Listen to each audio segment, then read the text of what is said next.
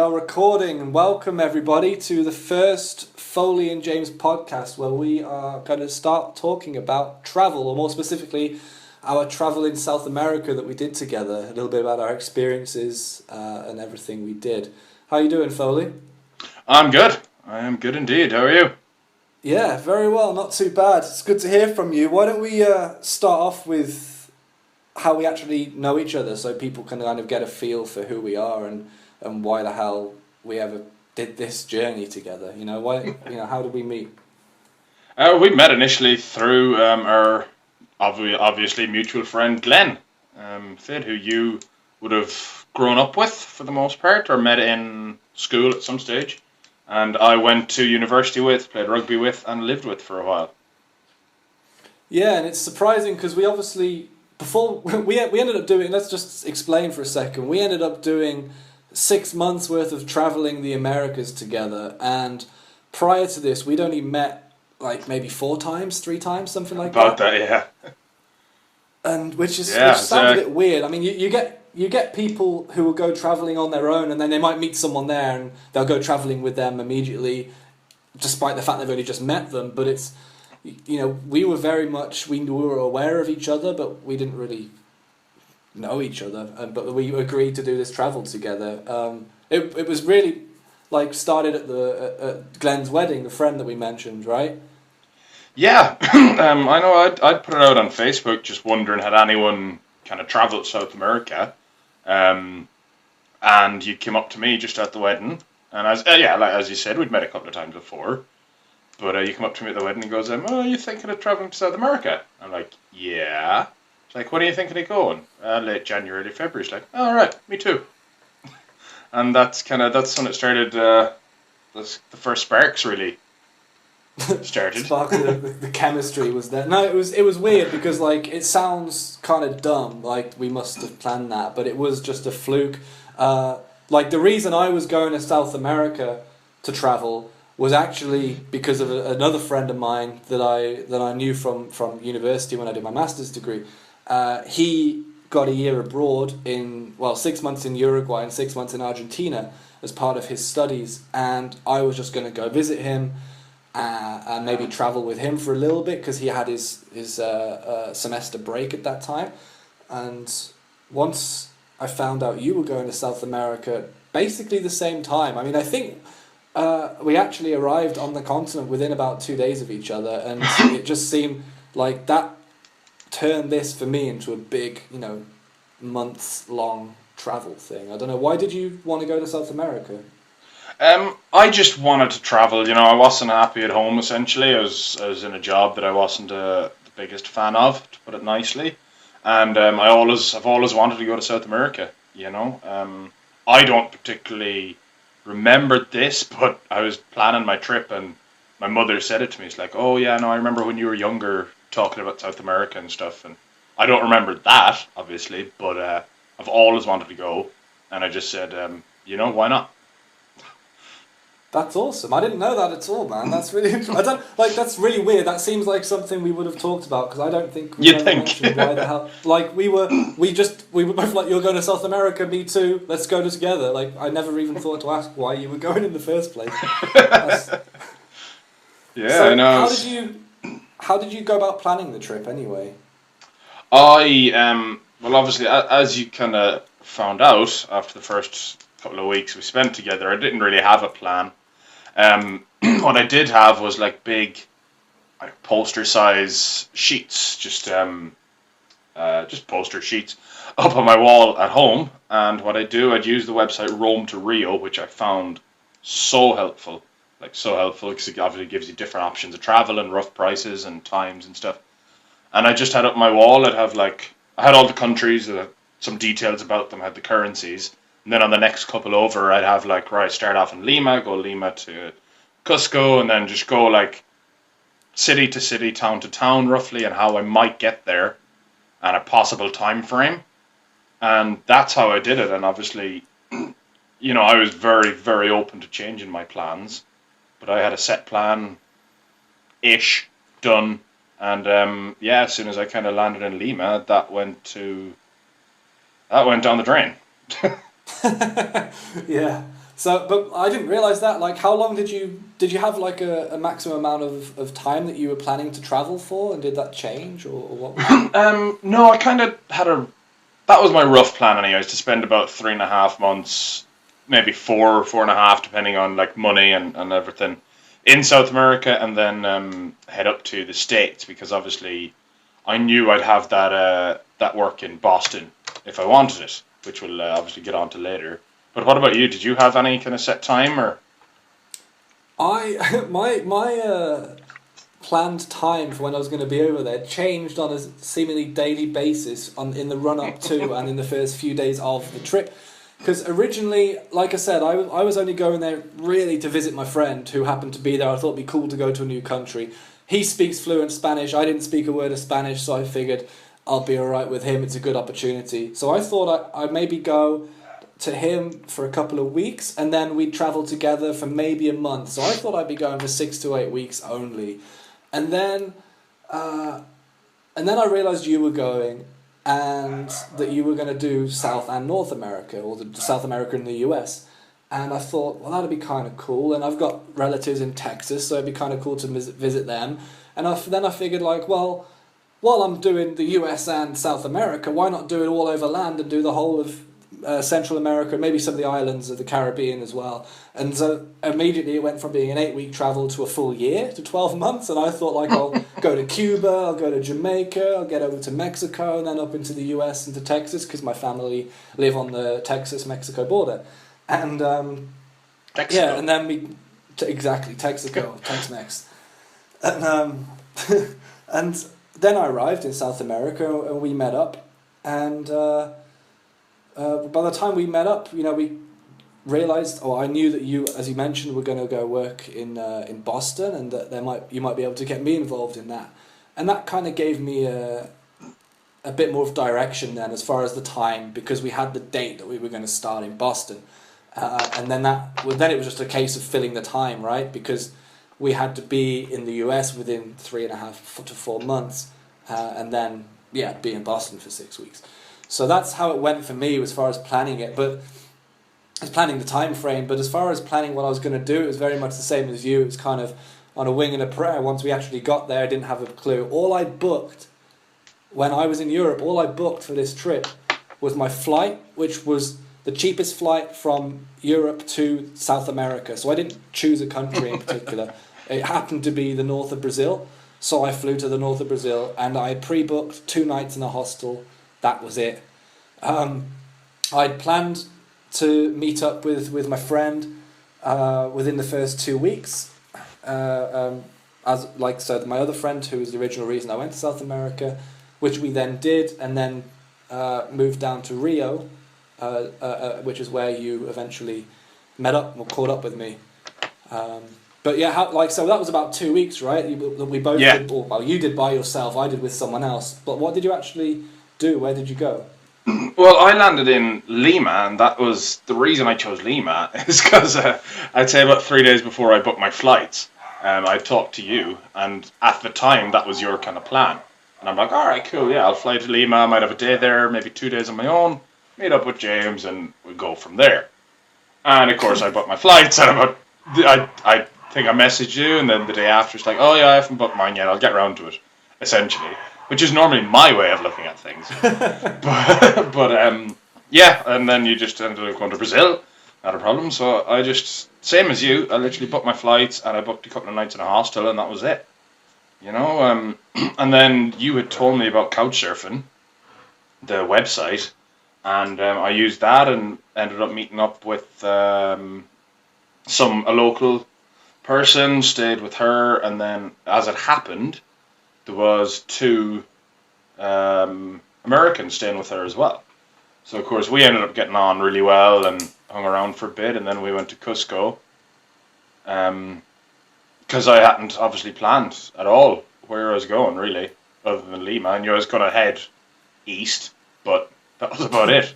Cusco just seemed the next logical stop, and it was leading up to my birthday, and it was Machu Picchu, you know what? And, I got money from home to do Machu Picchu, and it's like, come this way around the world. Someone is paying for it, so why the hell wouldn't I? No, fantastic. And so you mentioned couch surfing. Sorry, I just wanted to come back to that because not everyone's going to know what that is. Now, I introduced that to you. Can I just first of all say I apologise for almost screwing you over of sending you to Lima. I don't remember that being the case at all. I don't remember that at all. But anyway, yeah, couch surfing. Like, I mean, we could do a whole other podcast episode on this. I could go on for ages about couch surfing because I love it. And we might. We may well go ahead. We may well do that. But just for people who are listening who might not know what that is, or as far as the website is concerned, do you want to explain it? Well, you'd probably better explain it, but sure, I'll give you a go. Essentially, it's couchsurfing.org, I think it is. And you sign up. Sorry, I just dropped something. I'm trying to pick it up. And so yeah, you sign up, and then obviously you kind of try to get your friends on there to start giving you references, which is what you did initially for me. Just give me a reference, and then you can set your kind of, I won't say status, but essentially you can set your status to traveling or hosting or just want to meet up. They're normally the three kind of rough options. And then you can search where you're going, what dates, or the dates that come after. You search where you're going, and it'll give you a list of people who might be able to host you, or it'll give you a list of people who might be able to meet up, and then you message them. You can look through their profile, see what kind of references they have, see what kind of, how many friends they have, that kind of thing. You message them, say, hey, any chance I could stay on your couch for a couple of nights? It's just me, I'm this type of person, and then yes or no. And then, you know, half the time you won't get a response, which is fair enough. But a lot of the time, if you do, it's normally a positive response, or it's a genuine, honest reason, you know, that if it's a no, like they're out of town or something. And you go, you stay there, and it's great because you're meeting local people most of the time. And yeah, you get a really fresh perspective of the place that you're in, and it's free, which for backpacking around South America is huge. Absolutely. No, you've described it well there. It's essentially a social network. It's like Facebook with the profile that you were talking about. And yeah, it's a mixture of, let's say, eBay and Facebook, in the sense that you get feedback and you have a profile, like a Facebook profile. And every time you couch surf, whether you're a host or a guest, you'll leave feedback for that person. And you build sort of trust up through the website. If someone's got 100 positive references, then you know they're going to be pretty reliable and going to have a good time. But yeah, let's not go too much into that, because that could be a whole separate podcast. So Definitely. You said that the first couple of weeks you were leading up to your birthday, but you only mentioned Peru so far. Didn't you spend your birthday in Bolivia? I spent my birthday traveling, actually, from Peru to Bolivia. I have a photo, and it's one of my favorite photos. It's of there's a little gold plate on the border in the ground, and it's only about the size of a beer mat or something in diameter. But on one side it says Peru, one side it says Bolivia. And so I sat there, literally one leg on either side of the border, having a beer on my birthday, which was quite cool.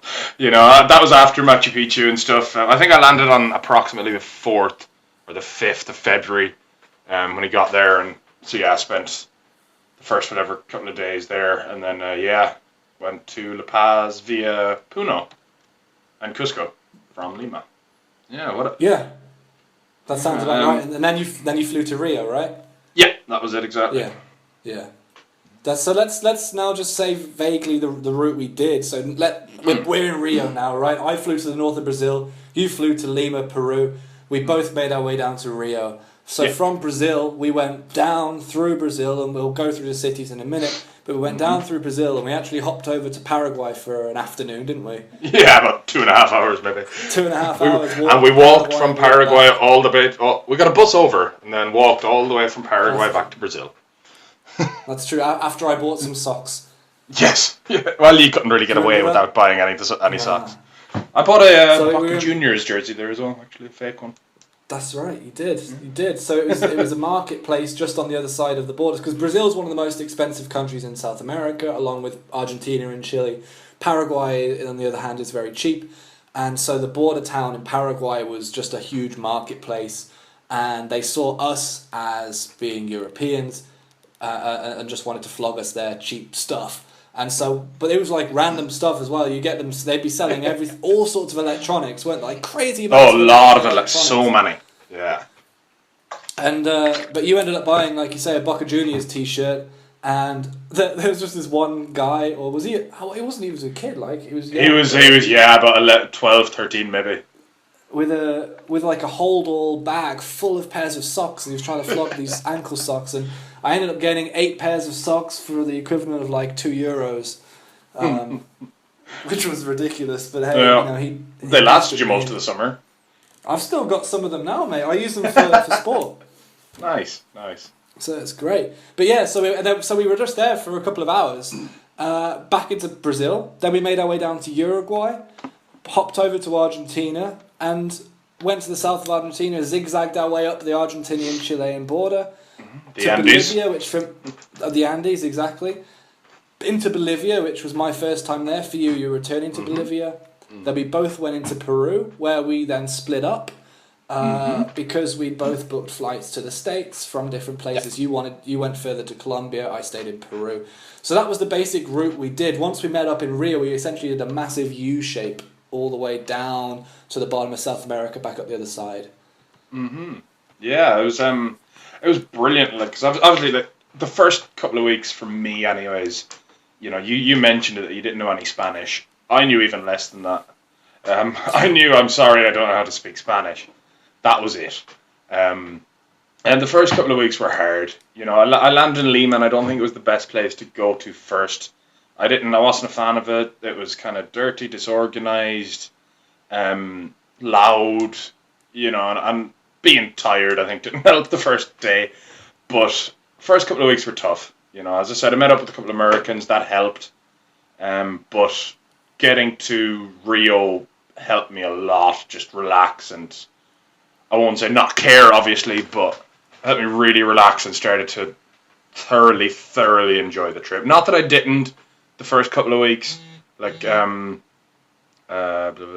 Picchu was phenomenal. It was amazing. I managed to spend Carnival and Mardi Gras the Tuesday, like Shrove Tuesday, which is actually coming up in 2 days' time. In La Paz, which is great, walking down a street in La Paz, everywhere closed, me looking for food, and this family sitting outside their house on milk crates just go, "Gringo, gringo," wave me across. I sat with them for about 2 hours, them with no English, me with no Spanish, just drinking and singing and stuff. But once I got to Rio, it was just so easy it became much more enjoyable, but that was me. One thing I remember of South America is all those street dogs, and it sounds like you brought one back with you as well.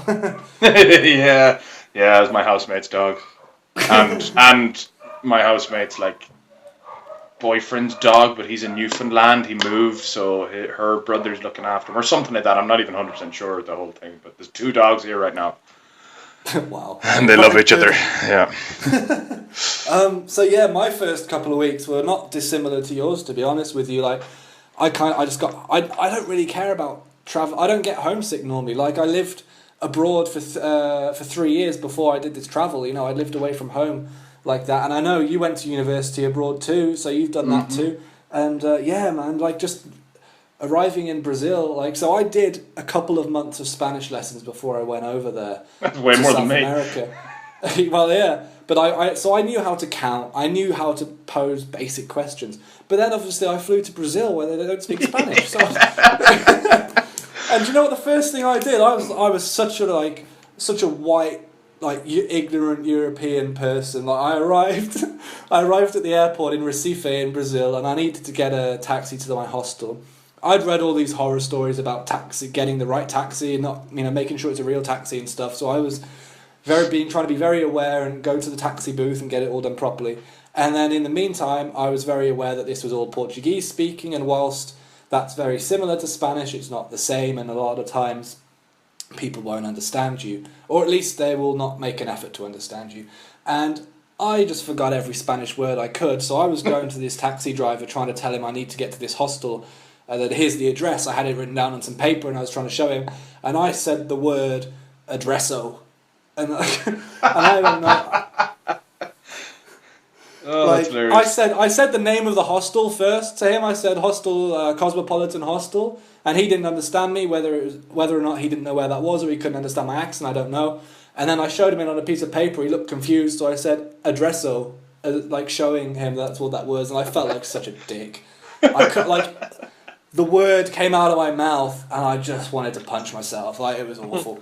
But but the first couple of weeks were tough, man. I got homesick, quite badly, and I felt like before I met up with my other friend and yourself, like I felt quite alone as well. I really realized I don't know anyone here, and I'm a long way away from the people I do know, and I can't talk to anyone.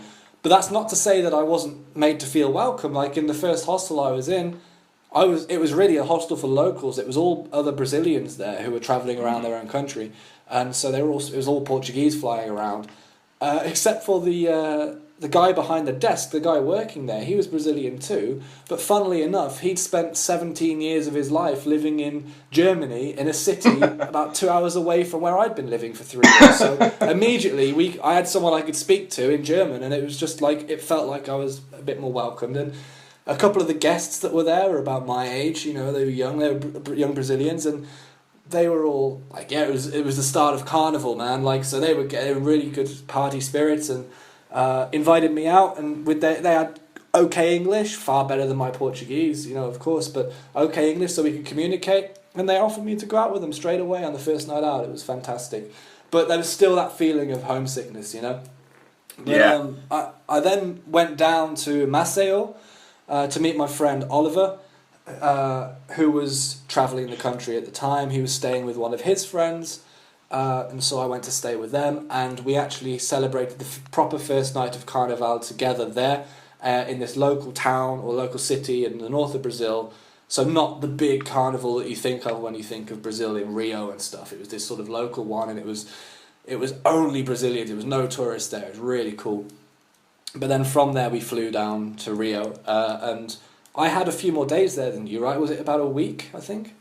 Something like that. Yeah, you were not far off a week, but of course when I got there, it happened to be that it was the Wednesday night of Carnival, or the Thursday night, and get to the hostel, and the place was it was quite calm. I was going through the city, so it must have been the Thursday, and we found out within about 40 minutes that the local samba school had won their division in Carnival.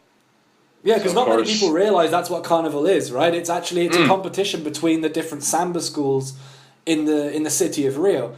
And so each samba school, you when you think of Carnival, you think of the costumes and the floats and the everything, right? And what that is, it's a presentation of the different samba schools, and each float represents a different samba school, and the dancers are from that school. And yeah, as it happened, the one that was around the corner from our hostel that represented our neighbourhood, as it were, was the one that won. Yeah, it was kind of, I didn't even realise that, when I got there, I just found that out, what it was, and they won, so of course we hop around the corner, and there's a big party going on, and it was a big party, like the whole samba school. In the samba school? Yeah, in the samba school, and of course, but all of them are up on the stage, just going crazy. You go over, there's like a little bit of I guess you could call it a bar. It was a hole in the wall, and they were just throwing out beer cans. So first night in Rio, it was a giant party, and I'm getting free beer, and I'm like, why wasn't I here sooner? Is this what it's like every night? That was the thing. Like, I was there for about a week by myself there, because my friend was on the complete opposite side of the city, and Rio, you take a train for 40 minutes and you're still in the same city. Like, it's huge. So we didn't see each other very much, and so I was just in the hostel hanging out with the people there, which was fantastic. But it was just a massive thing. When you arrived, I felt it was really cool anyway, just to see you, because I haven't seen you in a while. It was a familiar face, all that sort of stuff. And then the owner of the hostel says, "Get round to the samba school now. Like, this doesn't happen every year. This is very special." And yeah, like, I remember when we got in the samba school, you saw that there was that hole in the wall bar thing there, and you said, "I'll get the first round," and which was fine. We do rounds, and I think you were as surprised as I was when they just threw a beer at you, essentially. Yeah. And, it was literally that as well. Like, it wasn't just you didn't go up and go, "Oh, can I have 2 of those, please?" You just got a space at the wall. The guy saw you with no beer in front of you and just put beer in front of you. If you needed two, you'd hold up two fingers. It was like that. It was fantastic. It was fantastic. And we also did one of your big bucket list things that you were wanting to do while you're in South America was visit the sort of big football stadium or soccer stadiums, that, you know, the famous ones. And so, of course, in Rio, which had just the year before hosted the World Cup, and so we went to the Maracanã where the final was held. Yeah, that was just like, as you said, it was one of the things I really wanted to do. I think that's part of the reason why, when I was younger, South America appealed so much to me, because of the football history. But yeah, I got to Maracanã. Unfortunately, couldn't get in. Tours were quite pricey, and it was late in the day, and I was just like, you know what? I'm here. I've seen it from the outside. I can see into it, which helped. And there's plenty of statues and stuff around it, so that was great. But Rio itself was. We ended up. I ended up not spending a load of time there, because we only, within a couple of days, we headed off again, didn't we? Yeah, that's right. So it was. I spent a total of 11 days there. Now the hostel, the people and the owner were the best people. They were incredible, right? They were so much fun. The owner was so helpful. He was so knowledgeable. But the hostel was a dump. And just to put this in perspective, instead of bunk beds, they were triple bunk beds. So it was like 3 on top of each other. And there was 18 of us in that hostel in total, all stuck into this one room.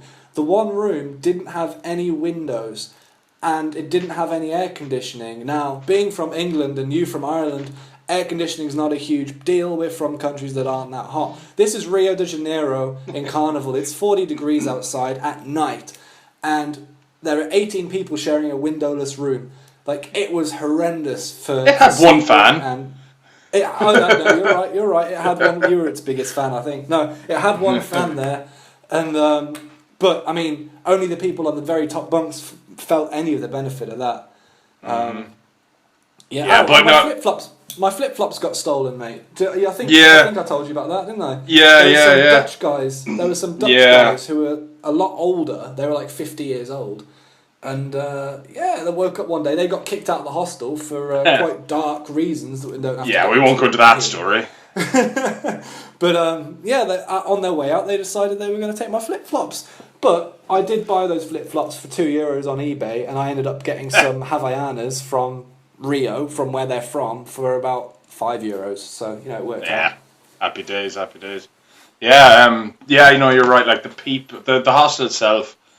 Oh my god, absolutely terrible. Like this, you're talking about like bugs and stuff in the kitchen, not all over the food, just all over the windows and all over the counters. In the fridge, mate. Yeah, yeah, but not literally on the food, just on the shelves. And but yeah, like the people were phenomenal. There was that little Finnish girl who kind of worked there, I think.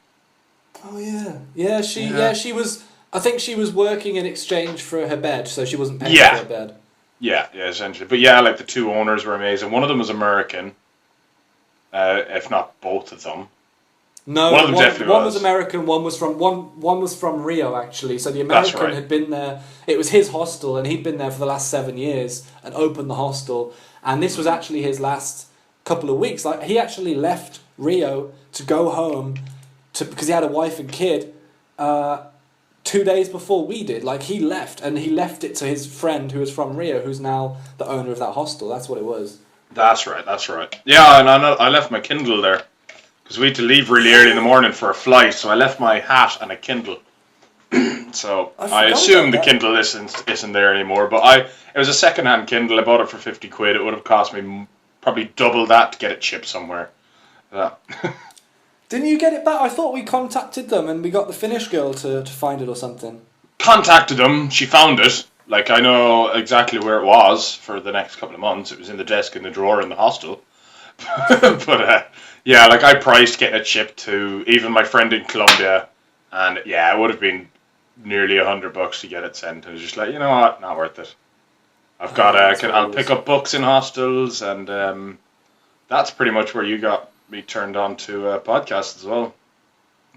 Yeah, okay, let's talk about that then now. Let's go into podcasts. Why are we even doing this. Like, who goes traveling and thinks, now let's do a podcast so everyone has to listen to it. Like, it was for me, it was about passing time on the plane when I came over here. I'd sort of recently got in, like at the time I'd recently got into the Joe Rogan Experience, which is obviously one of the most popular podcasts, and also Bill Burr's Monday Morning Podcast, so, you know, interesting ones and funny ones and all that sort of stuff, and I really liked them. And I'd sort of built up a little collection of podcasts I listened to, and I told you about them, and, you know, you really got hooked onto them as well, and they passed a lot of long journeys, didn't they? Yeah, big time. I found an app. Obviously, you have an iPhone, so you're just using iTunes, which is fine. I didn't have an Android, so I found an app that does it. Started listening to, to a couple of the ones that you suggested, and then for me, it was great because there's so many sports ones out there. It's phenomenal, So Exactly. right now, I think I'm subscribed to about 30 something podcasts. It's brilliant, and we shared obviously a few podcasts. Like the Bill Burr one is just phenomenal. Obviously, went to see him live last year as well in Ireland, which was amazing. And I'm so jealous. I'm so jealous of that. I really wanted to come. Yeah, so Bill Burr, the American in Ireland, and then I saw Dylan Moore and the Irishman in Canada. So yeah, but like the likes of the Irishman Abroad one, which I love. It's got so many great lengthy interviews. I think the shortest interview on it is an hour or something like that. So and they're in depth. And obviously you can pick and choose. There's a couple on it I haven't listened to and I won't listen to because they might be politicians or something. But right. So many things. But yeah, so like podcasts, you got me hooked essentially and haven't looked back since. You could download 6 or 7 of them when you're in a hostel with decent Wi-Fi, and you could easily be passing anything between 4 and 8 hours with those. Exactly. And then it was a natural progression onto thinking, oh, we could do this, and we sort of toyed with the idea while we were traveling. We were going to do like a on the road sort of our experiences traveling. We just never got around to it. Partly because we didn't have time to, and partly because we were just too bone idle and lazy. Yeah, massively. Well, that's the thing as well. I actually got when I was in Cusco the first time around, like my first week on the trip. My mum has a good friend who is a publisher.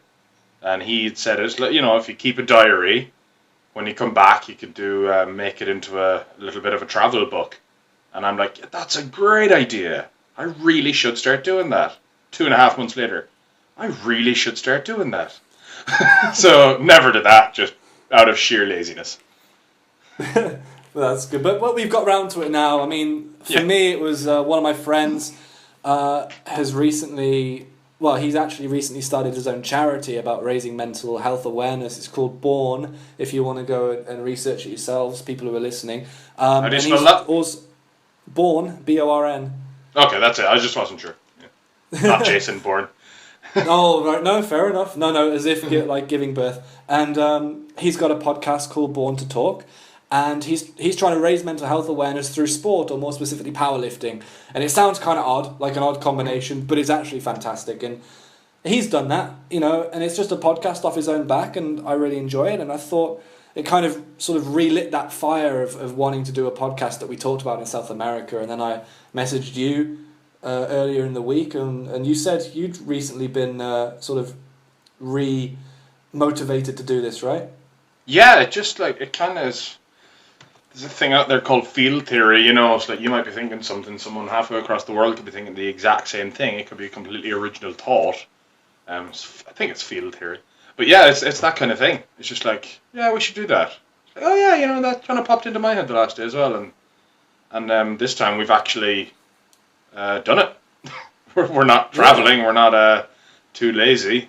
I know I've got work to do, but this is a very, very welcome distraction from it. Absolutely. You say we're not travelling, although you say that, but we're not actually... Neither of us is in our home country. I'm in Luxembourg and you're in Canada. True, yeah, very true, very true. But anyway, let's go back to our actual travels, We're in Rio. We're about to leave Rio. What happens next? Yeah, we flew, didn't we, straight from Rio to... Was it Florianopolis or Foz do Iguaçu? The Iguaçu Falls. Florianopolis. Yeah, that's what I thought. I went to Florianopolis first, which was... It was perfect, really, from from the busy, hectic, kind of real city life of Rio, which people kind of don't actually realize as much. You think of Rio, you think of the beaches and surfing and all of that, but it's a huge city, and it is so And the busy. big Jesus. Yeah, Big Jesus. That's what everyone calls him down there. So we flew to Florianopolis, which was perfect. It was by the water, good surf, nice chill little place, great little hostel. Played pool, and of course Ollie came with us, or met us there. That's right. He flew later the same day. He had a different flight, didn't he? That's it. Yeah, that's right. We waited for him at the airport actually. That's right. Yeah, and phenomenal. That hostel was really relaxed. That was our first experience of hammocks. Do you remember? Yes. How could I forget? So we like, as you say, it was the opposite. It was the antithesis of Rio. It was quiet. It was picturesque. It was just isolated. The hostel wasn't that full. It was a house rather than being just stuck in the side of a wall. It was actual like a full house, and it had like a porch. Like if you're in America, you know it's kind of a standard house out in the south of the States where you get the porch that goes all the way around the house. It had one of those, and on that porch were hammocks, and we just essentially, when we weren't pissing about in the sea, not pissing in the sea, pissing about in the sea, we were chilling out in hammocks. Yeah, it was brilliant. Like, and it was, as you said, it was the complete opposite of Rio. It was just what we needed.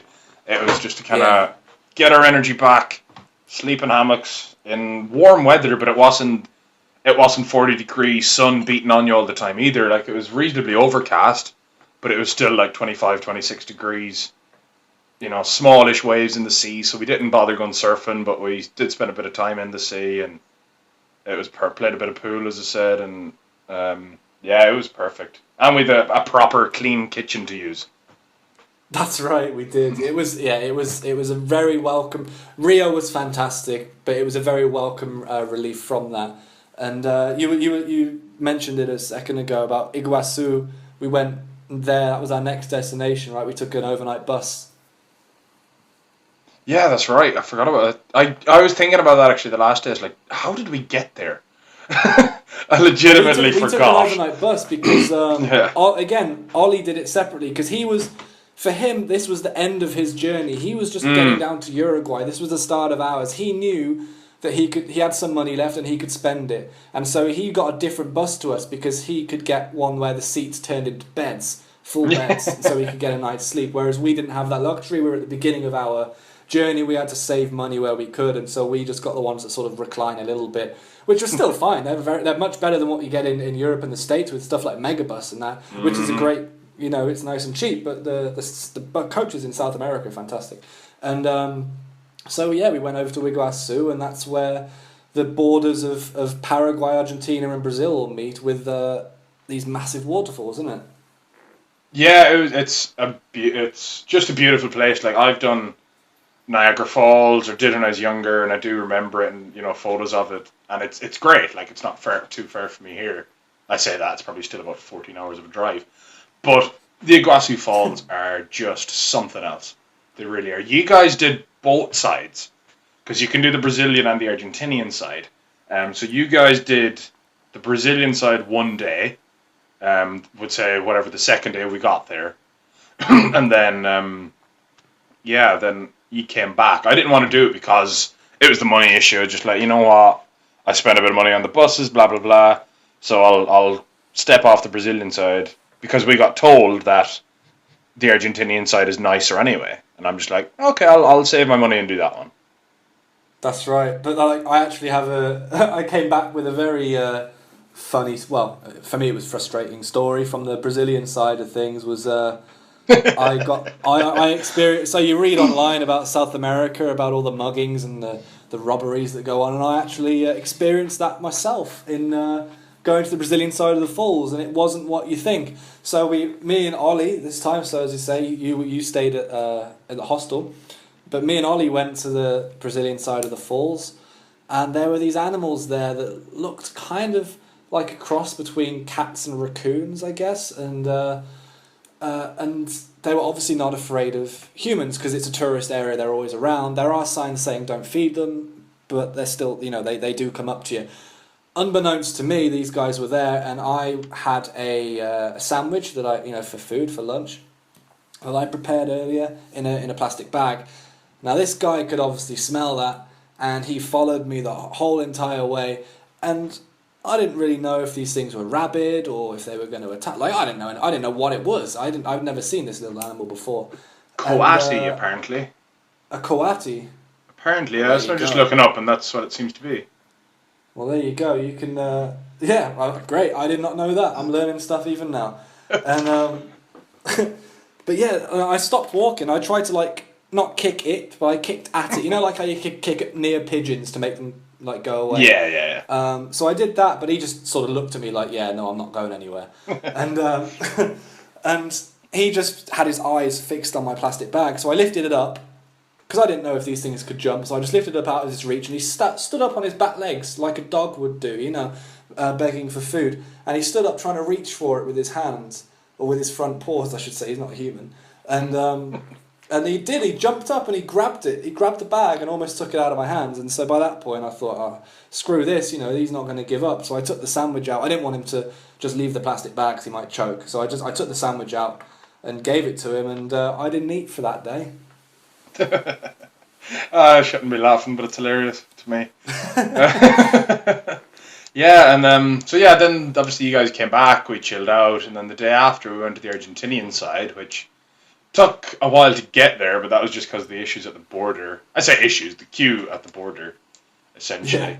Yeah. But yeah, it was phenomenal. Like so many different waterfalls within this park, and I'm actually staring at a picture of one now. I've got pictures from the trip up on my walls here, stuff like that. Staring at some of them. It's just an amazing park, without a doubt. If anyone who's listening, if both of you who are listening ever get down there, do it. Like, put that on your list of something to do. It is actually listed as one of the natural wonders of the world, I think, along with Niagara Falls, Oh, nice. Yeah, but that was also, as we mentioned Paraguay earlier, so we don't need to repeat it, but on our final full day there, I think we decided to go into Paraguay because Ollie was going to leave us again to go and stay in Paraguay, and so we went with him over the border, and we discussed that already. So after that, we got the bus to Porto Alegre, right? Yeah, I went down to Porto Alegre. There wasn't really a lot to say about Porto Alegre. It was fine. I went out one night. We met a few people that spoke English in the hostel. I went out to a club one night with them. It was not my scene at all. It was like Latin house music. Not even Latin house, Latin dance club music. Like those old clubland mixes from the early 2000s. But Latin and don't get me wrong, it's fine, but it ain't my scene. So that was about it really for Porto Alegre, and then we got an overnight bus to Punta del Este, isn't it? In Uruguay, exactly. Yeah, I mean, the only reason we went to Porto Alegre was because there was that bus. We didn't expect anything from that city, so it's fine. No. But yeah, we went to Punta del Este, and I don't know about you, but so we got an overnight bus, like you said, and we woke up, and it was like 6 a.m. when the bus arrived, so the sun was just coming up. I don't know about you, but my first impression was like, this looks like any resort in Spain. This was the first time, in Brazil, I noticed I was always a bit on edge. It was partly to do with the fact that it's my first time in a country where I've only heard mostly dangerous stuff about it, in news reports or whatever, drugs, all this sort of stuff. And so I was always a little bit on edge and extra careful with things. We got to Uruguay and Punta del Este, and it just seemed like Spain, and for me it was just a huge relief, and it really helped me relax into South America. And then of course there were some hilarious shop names. I don't know if you remember them. No, some of those shop names were fantastic. I was walking down the street at 11 o'clock, not even like 9 o'clock on a Sunday morning. I was like, oh, hey, look, tits. And that was the name of the shop. He's not. Yeah. He's not pointing at any ladies. But there was. There was. What was there? There was Gaymar tits. Gaymar. It's two gays, I think. 2 games, yeah, there was. It was. I mean, it was just really funny just to see childish hilarity, like. But it was absolutely childish, but it was great. And Punta del Este, we actually learned, is the reason it seemed like a Spanish holiday resort is because it is the holiday resort actually for the rich and famous in South America, which we didn't know at the time. No, but people think of people like Shakira and stuff. That's where they go on holiday. Yeah, I think as well. Like you mentioned it there, you know, like you felt kind of, I guess, a bit not better, but you felt a lot different when you got to Punta del Este as you had in Brazil. And I know I definitely did as well.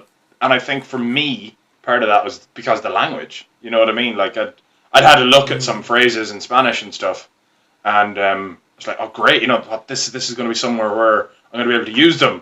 I'm going to be able to understand people. So that's what made it so relaxing walking around that morning, as well as the hilarious shop names. But yeah, that was, you know, you go to Brazil and it's Portuguese after looking at Spanish for so long, as you said. But you get to Uruguay, it's like, okay, good, they speak Spanish here. This will be easy. Yeah, it wasn't. That was the big part of it for me as well, was finally, for me, that was my first Spanish-speaking country. After having learned Spanish for a couple of months, I actually now was somewhere where I could use it, like you say. That was good. But there wasn't much to say about that city otherwise, was there? We just treated it like a holiday. Yeah, that's all it was. We spent a nice bit of time walking along the beach. Really, really long beach. We played a lot of pool. We jumped in the pool quite a lot. And sat in hammocks. And sat in hammocks, yeah, it was pretty amazing. It went from about 30-degree weather to torrential downpour within about 2 hours one day. Yes, it did. I'd forgotten about that. Yeah. Yeah. But so from then it was on to Montevideo. The capital, yeah, and that was cool as well. Like that was obviously the big city, but Uruguay's tiny anyway. I mean, there's only Uruguay. I think there's the same amount of people as Ireland. I think, if even. Is that right? Yeah, like something about 4 million or 4.5. I think it's 4.5 million in Ireland, and it's not much more, if even, in Uruguay.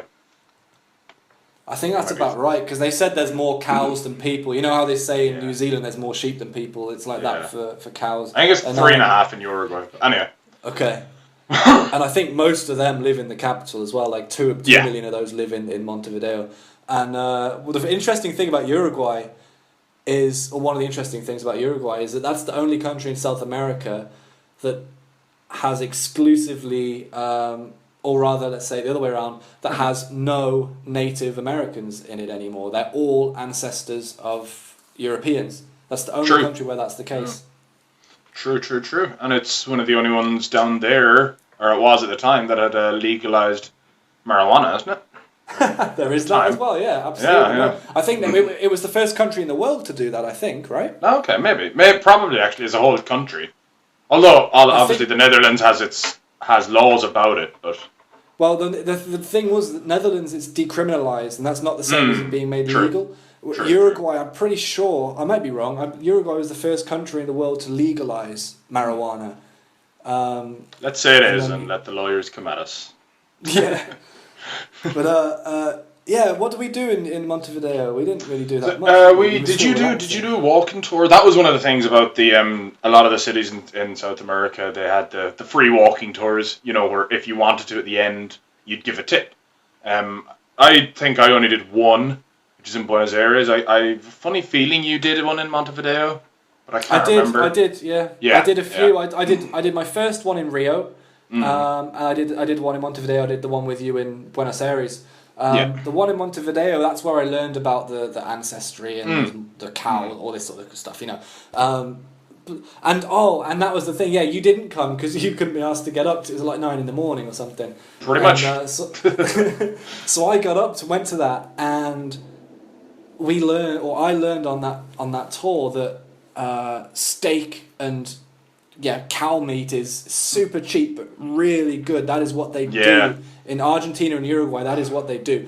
And the end of the tour was in this huge barbecue house that was like a how would you describe it? It's like a big market hall, but instead. Oh yes, I remember that place. That's one thing I think we should kind of point out as well. So once we met up, we were very money conscious. Like we only had a limited amount of money. But we said in every single country we'd have a day or like an afternoon or something where we would not care about the money. We'd have a great meal. We'd do something ridiculous if we wanted to, if there was something like that to do. And that's what we did in Uruguay, wasn't it? We went back to that place. That was our splurge, yeah. Like I came back like full of beans from this tour, and I was like, yeah, I found this really good barbecue place that they recommended. It looked like an old train station almost, like the inside of it. I think it was. I think it used to be. That's probably why it looked like one. Now that you say it, I think it did used to be that. And yeah, inside it was just multiple restaurants, essentially. It was multiple restaurants, but all of them were selling barbecue or fish because we were on the port, they were on the sea. It was great. It was great. Yeah, it was phenomenal, and the food was amazing. It really was. And then we walked around Montevideo for a while, and one of the things that I wanted to do, and like this is going back again to the football, I wanted to visit the Estadio Centenario where the first World Cup final was held. And for me, like the World Cup, maybe not the last one or the future ones, because I think it's losing its soul. Again, I could do another hour podcast on that, but the World Cup for me has always been the competition. Like I'd watch every single game happily at the World Cup. So we went there, and I think we probably spent almost 4 hours in the museum and in the stadium itself. You know, the museum was just phenomenal. It had a Uruguayan football history. Like there was mentioned about the history of the Wanderers and, you know, English teams coming over. There wasn't it Jeff Hurst's jersey or something? It was in the museum. I was going to say, I don't know if you remember that because it's obviously not as monumental to you, but yeah, Jeff Hurst's jersey from 1966 when England won the World Cup was there, and it was signed. It was fantastic. There was also a poster on the wall. Do you remember this? So Uruguay back in the day were such a small football, or such a small status in the world of football, that they had a game of their national team against Nottingham Forest. Yeah, that was ridiculous. That was just like all of this. Those couple of things that we just mentioned, they were just in the first room. Yeah, that was. We were 20 minutes in there at least, looking at all that kind of stuff, and then you go in and it starts about the history of the World Cup and the history of Uruguayan football, and they won the Olympics in 28, and then hosted and won the first World Cup in 30, and yeah, like for me it was just amazing. You know, I know like you won't be the biggest football fan ever, but you seemed enthralled by it as well. Absolutely. To be honest, I'm not the biggest football fan, but I've always watched the World Cups and the European Championships, like since I was born. Like that's what I've always done. I'm not a big follower of club football, but the international stuff. And that I did not know. I knew that the first World Cup was in Uruguay, but I did not know that museum was there. And it was fantastic. And do you remember when we go upstairs to the trophy room? So Uruguay's won 2 World Cups, and they had the Jules Rimet trophies that they've won for the first ever, which they won the first ever one. They won their home one, and then they won the third 38 one. Yeah, the third one as well. Yeah, which is just, as I said, like I can't say enough about that museum. I loved it so much. Fantastic. And looking around, as I said, I've got a few photos from my trip up around my room, and 3 of them are of that stadium. You know, so yeah, really and then cool. So yeah, we and another one is from the big white sign of Montevideo where we're both sitting on it. And we got some other tourists. Like, yeah. If you imagine like the Hollywood sign, but if it was on like a concrete car park, only about 8 foot tall as well. Yeah, exactly. You could climb up on it. So we had our picture taken on that, which is a very touristy thing to do. But it was cool. Yeah. So then we're headed on to a place called something. Colonia del Sacramento. Colonia del Sacramento. That's the one. Yeah, that's the one. And there's not a lot to be said about that. There really isn't. It was just the most western point of the country, and it was our way of getting to Buenos Aires. So between Argentina and Uruguay, there's the River Plate, and we just had to get a boat from Colonia to Buenos Aires, and that was essentially it. The one thing that we did do in Colonia was very romantically watch the sunset go down while we were drinking a beer. But that was actually brilliant. Yeah, I have one of those photos as well of that. Me too. Some random couple kissing in the water, the sun just going down over the sea. Yeah, it's pretty beautiful. It was a nice evening. in fairness. It was a very nice evening. So Yes. yeah, like I say, we had to get a boat across the river to, or I say the river, it was the estuary into the sea, so it was a mixture. It was huge.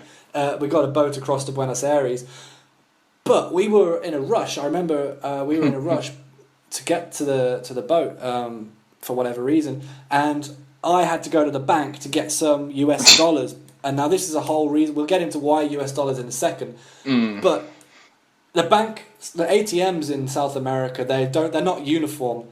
They don't have the same process of getting the card back or giving you the money. Like for me, when you go to an ATM, you put your bank card in, you do your PIN, you do your thing, you get your money out, or you get your card out first, then your money, and then you're done. Now, that might have been the way of things in some ATMs in South America. In some ATMs, it's you put your card in, then you take your card out, and then you put your PIN in, and then you get your money. In some cases, it's you just put the PIN in, and then the card, and then it's like always different. And because we were in a rush, I ended up leaving my bank card there. And luckily, I managed to plan for this. I split my budget into 2 bank accounts, so I did have a spare card that had half my money in, so I was okay for now, essentially. But anyway, I got a couple of $100 US dollars to go to Buenos Aires. Should we talk about why dollars? Yeah, well, yeah, because obviously it's I don't want to say it's universally accepted down in South America, because it's not, but it is universally recognized as a kind of almost a baseline. You know, they'll compare their currencies off the US dollar in some places, and in Argentina, especially in Buenos Aires, I'm not 100% sure of the reason. I'm sure it came up at some stage, probably came up on the walking tour that we did, but you didn't have to, but it was cheaper if you went and bought Argentinian pesos on the black market.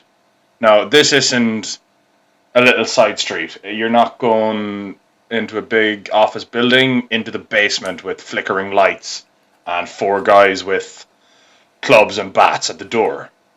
Main tourist street in Buenos Aires, there is hundreds of people selling Argentinian pesos for US dollars.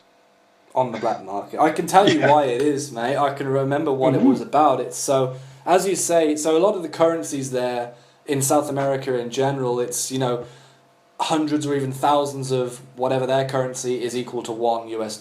So it's really exaggerated. And so for things like cars that are going to cost, if it's 1,000 pesos to $1, for example, then a car is going to cost millions of pesos, and you just don't have the time to be carrying that sort of cash around.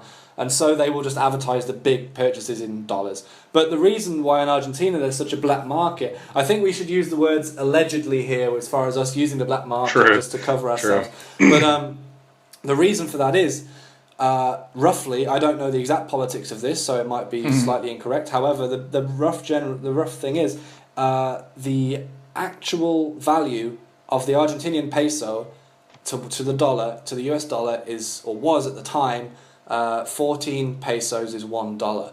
Now that was the blue dollar. That was what they call the blue dollar. That's the on the black market value. That's what they call it on the black market. But that is the actual value. That's what a $1 is worth in Argentinian pesos. It should be 14 pesos. However, that means that the peso it's up to 15 and a half now. Sorry, I just thought I'd throw that in there. It's gone up. Yeah. Well, yeah, it's because of this black market. It's not helping things. That's definitely true. But the reason for the black market is even there is because of the government. Now they weren't happy with this 14 to 1 thing because it makes the currency look weak. Now, rather than actually improving the economy and making the currency stronger, they artificially improve the currency. And what that means is essentially they woke up one day and said, our currency's worth 14 to 1. No, it isn't. It's now worth 8 to 1. Now, that's not how economics works. I don't have a clue about the reasons why, but that's apparently not how economics works. They can't do that. And so what that meant is there was this whole door opportunity opened up for people wanting to buy US dollars because now they were worth a lot more than Argentinian pesos because this false economy with what the government's done. So what they do, the way they make money is if the actual value of the peso is 14 to 1, they'll sell it to you for, say, 12 to 1. So they make a little bit of money on it. but you're still getting a better rate than if you went to an ATM and got it out of the bank and get 8-1, right? That the government has set as this rate. And so that's the reason why it's there. But the problem with the US dollars is because the government knows about this black market, it's not possible to get US dollars in Argentina anywhere unless you can prove that you're flying like the next day to America and that's where you're going to spend them. And so we have to go from Uruguay, we had to get US dollars there, go into Argentina, and allegedly get them on the black market, which, as you say, is not as dodgy as it sounds. It's literally people on the street shouting, "Cambio, cambio, change, change." And you just go, and they would take you round the corner, off the main street, just because it is illegal. That's true sometimes, not all the time, but it is illegal. But what we learned on that main tourist street, the reason why it's so blatant and obvious is because they pay the cops off. It's corrupt, right? And so they pay the cops the equivalent of $40 a month from each person, right? There's maybe 4 or 5 police that police that one street, and hundreds of these guys, and each of those guys pays the cops $40 in order for them not to be arrested to do this. And so everyone's making money on this. It's the only people that suffer is the government, and actually in the long run everyone else. So it is a cycle, but that's the reason why the black market's there. And we definitely, possibly, maybe took advantage of that while we were there, didn't we? Yeah, who knows? Who knows if we did or not? we know. In Buenos Aires, we started off in a hostel. So our kind of MO was, right, where are we going to? Okay, let's have a look at hostels. All right, we find a hostel, 2 nights. That was our kind of baseline everywhere we went, really.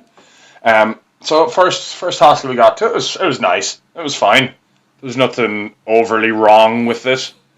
And there we actually met, there's a couple of girls sharing our room for the first night. Ivy and Holly. Ollie. Sorry, not Holly. Ollie. Some Hawaiian name, and I can't pronounce it. But in it is Ollie. Holly and the Ivy, mate. Clearly. That well-known song. So we met them, and we ended up going out for a couple of drinks with them, just because, why not? You're in Buenos Aires, big city. And we ended up meeting up with one of their friends, Hannah, who they had mentioned, and she was going as well, down to Ushuaia, which is this world's most southern city. Now, we'll get to that in a minute, but what else did we end up doing in Buenos Aires? We went to, again, I'm going to talk about football, La Bombonera, which is, I think that's what it's called. I think the official title is something like Stadio Alberto Giramando or something along those lines. The home of Boca Juniors, essentially. And again, there was a little bit of museum there, not quite as impressive as the one in Montevideo, but still, the history of Boca Juniors, it's like Maradona played for them. They've had some amazing players down the year. They're one of the biggest teams in Argentina. And they're Alberto Giramando, is right. And but they're the 2 big teams in Buenos Aires, them and River Plate. Boca Juniors were the people's team. They came up from kind of the working class people. So that's why I think that it's one of the reasons that I started to like them when I was younger. As opposed to River Plate, the really posh people who look down their noses at you the whole time. So we went there and it was amazing. Again, we just kept walking around the stadium, finding open doors. And, oh look, there's no sign saying don't go in there, so let's go in here. Yeah, that's exactly what we did, and we ended up going to all of the stands, didn't we, as a result of that? And we definitely weren't allowed to. We definitely weren't supposed to be there. No, the only one we didn't get to was that the famous kind of flat one, the one that looks almost like an apartment building. Yeah, I think that was where all the suites are, like the boxes, and where the TV cameras and stuff are, so we wouldn't have expected really to have access to that anyway. But we got to the stands that we weren't supposed to go into. We got to the very top, and where they have the 12th man sort of thing, where the ultras stand. And the cool thing about that stadium is that like those South American football in general, man, they go off. The fans are incredibly crazy and stuff like. But the Bombonera, when they're cheering, particularly in a game against River Plate where it's rivalry, man, it's the derby. That stadium shakes on its foundation. It rocks. It physically rocks. Yeah, like it's amazing. And what I really loved about that is we were thinking like, oh, let's maybe if it coincides, we'll go to a game. And I don't know if you remember, we went to the ticket office just to see.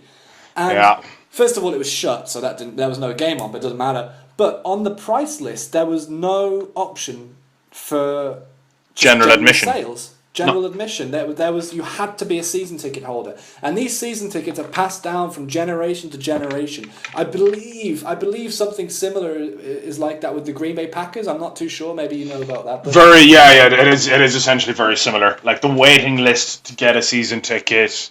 I know. Well, in Green Bay, anyways, it's more than 20 years. I think. In Boca, I wouldn't be surprised if it's close to that either.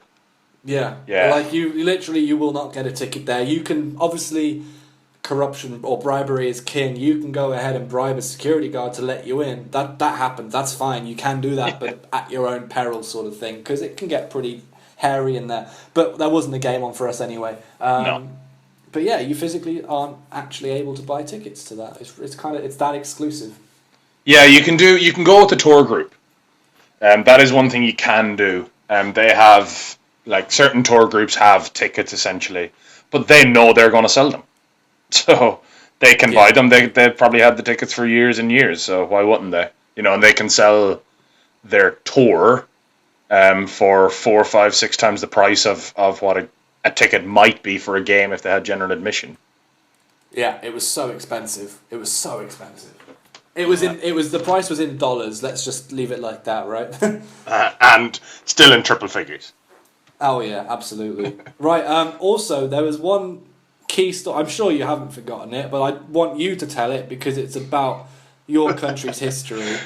I'll let you. Yeah, I do, of course. So now, and do correct me if I've gotten any of the details wrong. But we were on the walking tour, and it was towards the end of it, and there was a building. So, not in fairness, one thing I should clarify: the Irish are everywhere, and even in South America, even in little tiny towns in South America, as we'll get on to. So there was actually an Irish guy, Admiral Brown, who founded the Argentinian Navy. But in Argentina, there's a building called Cavana Place. Now, so how Cavana Place came around, it would have been maybe 100 years ago now, probably less than 100 years ago. In Argentina at the time, how you became a lord or a lady was to donate the money to build a church. That's right. Well, no, it was something. If it was to become a lord or a lady, a bishop or a man of the cloth has to award you that title. But no one wanted to award these people that title. So what this family did was build a church, hire some priests, and because they're on the payroll, get them to give them these titles. Yes, yeah, that's it. I knew it was something like that. So an Argentinian family wanted to become nobility, essentially. So they built a church, kind of thing. And what the father of the family did was build it so that as he came out onto his balcony from his bedroom every morning, he'd be able to see the church straight in front of him, a few hundred yards away, but he'd be able to see it right there, right then. So they did this, they became lords and ladies, and then an Irish family, the Kavanaghs, went over. And they were living there, and then the Kavanagh son fell in love with the daughter of the Argentinian family, the lords and the ladies. So they tried to set up a marriage. Now, the Kavanaghs weren't poor or anything. They were a reasonably wealthy family. But they went over and they tried to create a marriage between their son and the Argentinian family's daughter. The Argentinian family essentially kind of took one look at them and said, no, you foreigners, you're not good enough. Your son is not good enough to have my daughter's hand. So, as you can imagine, the Irish family took a little bit of umbrage with this, and the father of the family decided to get a little bit of revenge on the Argentinian lord. What he did was to build a building, quite a large skyscraper-esque building, right in line between the Argentinian family's balcony and the church that they built. And it was, and I mean right in line, it was what, about 40 yards in front of the church. Yes, so exactly. You could not see the church around it at all. But and to be fair, mate, the church wasn't all that big, and the building they built in front of it was ridiculously huge. Just to make a point. Yeah, it was sheer spite. And if you're ever wondering whether you should piss off an Irishman, the answer is no. What they did, the four sides of the building were all different. So, unlike a skyscraper where it's, fairly similar all the way around, the four sides of this building were all different. One side looked like the bow of the Titanic. It went to resemble it, and that's how I can remember that it's less than 100 years ago that this was done. Like, this wasn't done 200 years ago, in some petty way. It was done less than 100 years ago in some petty way. I can't remember what two of the other three sides were. I don't know if you can.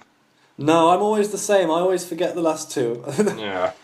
But, of course, hang on, I'm actually going to try and see if I can find this. Yeah, have a little search. Yeah. The side that looked like the Titanic was really cool. Like, because the bow of a ship, that's a point. And a building, other than the corner of the building, shouldn't have a point. But this was the side of the building. And it looked like a bow, and it had the top of the bow, and then the building went further up as if it was like the captain's deck and everything, and it was brilliant, but it didn't look out of place. It was a fantastic little tribute there. Yeah. No, I thought I almost had it. At the time, it was the highest skyscraper in Latin America, according to Wikipedia. That'll be why they did that, just to get that little bit on the other family, True. It's not giving me the four sides. It probably is, but I'm not. I'm only skimming through it. But anyways, the main side, the front side of it, the side facing the Argentinian lord's house, was essentially shaped like a giant middle finger, aiming right at the Argentinian family. So, as every morning, if the Argentinian lord would want to come out onto his balcony, all he would see was a giant fuck you from an Irishman. It sounds ridiculous. Like, how can a building look like that? On the side, it looks like the Titanic. On the front, it looks like a big fuck you. If you imagine, try and make the shape with your hand now. If you were to make that shape out of Lego, that's what it would look like. It was kind of staggered up to the middle with a big long middle bit, and then two smaller bits on each side to represent fingers. And it was hilarious. When the guy told us that, you loved it, didn't you? Yeah, it was amazing. It was just, it was phenomenal. Karina Kavanagh, it was commissioned by her in 1934. So she was a millionaire of Irish descent. So sheer, it's insane. Absolute sheer pettiness, but brilliant at the same time. Talking about making a stand with your buildings and stuff. Another thing in Buenos Aires that they had was was she the president's wife, Evita? She's a very famous politician in Argentina, and she was loved by the poor and hated by the rich because she was trying to take taxes and help the poor, right? And so no one likes to have their money taken away, so the rich hated her and the poor loved her because she was helping. And there's a building sort of at the halfway point between, let's say, the Bombonera and the River Plate sides of towns, a skyscraper, regular size skyscraper this time, with regular shape and everything. But on one side, the side facing the rich half of town, was a picture drawn onto the building of her face, and it looked really evil and like it was shouting and being very dictatorial, authoritarian type thing. And on the other side, in the same style, was a picture of her face, and she's smiling down on the people. And that seems to be a little theme in Buenos Aires anyway. If people don't just build buildings to be architecturally nice, they actually build them with there's a purpose. Obvious message. There's a purpose. Yeah. Yeah, a message, sorry, as opposed to a purpose. Most buildings have a purpose. But yes, but with a message, yeah. Other than that, I'm trying to think. Oh, I went to a graveyard. A giant, weird, what a graveyard. Yeah, it was insane. Like, there was tombs, catacombs, essentially. Like, it wasn't a graveyard where you see headstones. Buildings. Yeah, essentially. Like, it was ridiculous. What I Families thought, yeah, have exactly. generations buried in these catacombs, you know. And Not only that, the one name I really remember was that there was a Father something Fatty. It's just such an Irish name. that's There were streets like obviously there were streets in all over Argentina and Chile that were called Street O'Higgins. Like it just looked so out of place. But Ireland has had such an impact in the history of South America. But what I interrupted you for earlier was you saying generations of people are buried in the same tombs in this graveyard. Not only that, the people who are alive in that generation have their place in their tomb set out waiting for them. It's really weird. That's just frightening. I don't think I'd like that. Very strange. No. You know, if you got like really depressed one day, would you just go and lie there for a while and see, like, you know? Yeah. Oh man, I was going to tell you this one story. I never told you this because it's embarrassing, but I'll enough time has passed now, so I'll tell it to the entire world. But yeah. So in our hostel, I was sitting on the toilet it's a toilet story, guys. I'm sorry. I was sitting on the toilet, and well, let's first of all say the bathrooms in South America are not hygienic. In some countries, or in most of the countries, you can't put toilet paper in the toilet bowl and flush it away because it blocks it. The drainage system is not good. So therefore, you have to put your shitty paper in a regular bin in the bathroom that often didn't have a lid.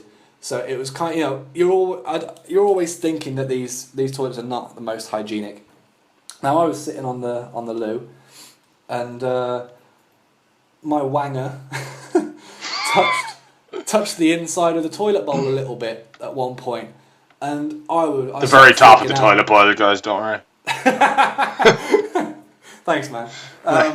Yeah, no, it did touch the inside of the toilet bowl, the very top, and I was like, oh shit! Like I don't know what sort of diseases I'm going to pick up from this, and so what I did is I carried always with me some like sanitizing hand gel, right? You know, people carry this in their handbags and stuff, and I took that to South America because I was aware that there's not always soap in public toilets and stuff, and I decided I was just gonna essentially wash my dick with this sanitizing soap. What I didn't realize was that sanitizing gel burns, man. It really burns. And I put it on my hands, and on your hands it doesn't burn, right? But you go down south, like literally a couple of seconds after I put it on, I was like, ah! And I immediately regretted my decision. But there was nothing I could do. You know, I couldn't put my dick in the sink and try and wash it out. That's just weird. And so I had to withstand the pain, and it lasted like for a good sort of 10 minutes. And I don't know, man. It was bad, man. But so I learned something that day. Anyway, I learned something. You know, don't put sanitizing gel on your bell. You know. I'll remember that for future. I'm not gonna. I don't think I would ever. I won't say I'd never. I'd never have to do that. I hope not, but if I do, I'll remember not to. Only as a last resort. Absolutely, man. And like, you know, this podcast is not only about travel stories; it's about learning. Yes, so we do try to be educational, apparently. So thanks, guys. That was part one of our little trip around South America. Coming up is going to be part two, where we move on through Ushuaia, talk about our Paddy's Day exploits, and the rest of South America. So I know I definitely enjoyed that, and I think James did as well. So if you guys are listening to this, you obviously are friends with us on Facebook or Twitter. But if you're only connected to one of us on one of those, find us on Facebook or under our names, which is fairly straightforward. There's no real usernames. Or on Twitter, I am at OCR Cove. That's OCRCOVE. James is on Twitter at TweetBelsey. TweetBelsey. And I'm also on Instagram at OCR Cove. Same as my Twitter handle. Which my Instagram I started for this trip. If anyone has ever heard me talk about my can wall in university, I went and started an online one on Instagram on this trip. It's a lot of fun, but lately it's a lot more fitness stuff, which is fun as well. Also, this is going to be up on YouTube initially. We're still figuring out some of the kinks, like a name, and but it's going to be up on YouTube initially, shared obviously through our other social media platforms. But please interact with us. Comment, like, whatever the hell. If it could be a case of the volume isn't quite right, something as small as that, or feel free to share with us ideas about future podcasts. For the first few, we're going to do topics that we want to do, topics that we've talked about, topics that we feel comfortable enough talking about. But after that, when we run out of interesting stuff in our own lives, we're looking for other suggestions to talk about. And yeah, that's about it for now, I guess. But do please interact with us, and if you feel like it's worth sharing, share it. If you don't feel like it's worth sharing, share it anyway.